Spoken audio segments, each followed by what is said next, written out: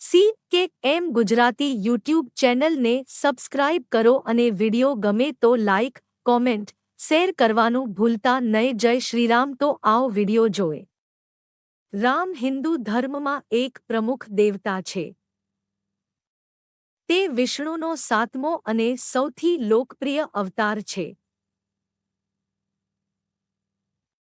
હિન્દુ ધર્મની રામકેન્દ્રી પરંપરાઓમાં તેમને સર્વોચ્ચ, પરમ અસ્તિત્વ માનવામાં આવે છે. કૌશલ સામ્રાજ્યની રાજધાની અયોધ્યામાં કૌશલ્યા અને દશરથને ત્યાં રામનો જન્મ થયો હતો.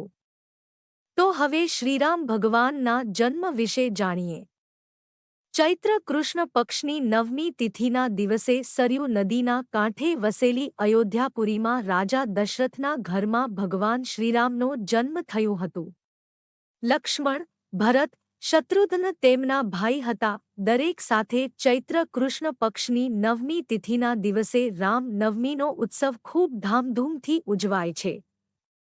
આ વર્ષે 17 એપ્રિલ 2024ને રામ નવમી ઉજવાશે.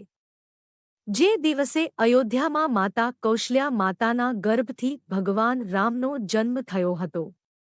તે દિવસે ચારે બાજુ હર્ષો ઉલ્લાસનો વાતાવરણ હતો. આવો જાણી રામ જન્મોત્સવની ખાસ વાતો. ધાર્મિક પુરાણો મુજબ રાજા દશરથના પુત્રેષ્ટિ યજ્ઞ કરાવ્યો હતો. જે પછી તેન 4 પુત્રોની પ્રાપ્તિ થઈ હતી.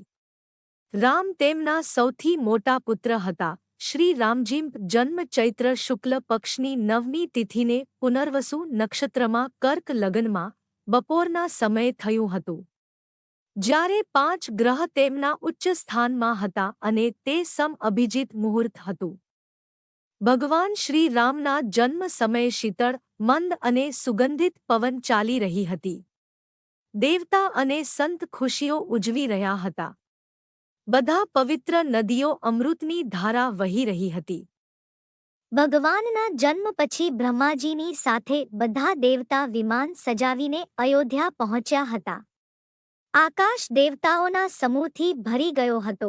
સંપૂર્ણ નગરમાં ઉત્સવનો વાતાવરણ થઈ ગયું હતું. રાજા દશરથ આનંદિત હતા. બધી રાણીઓ આનંદમાં મગ્ન હતી.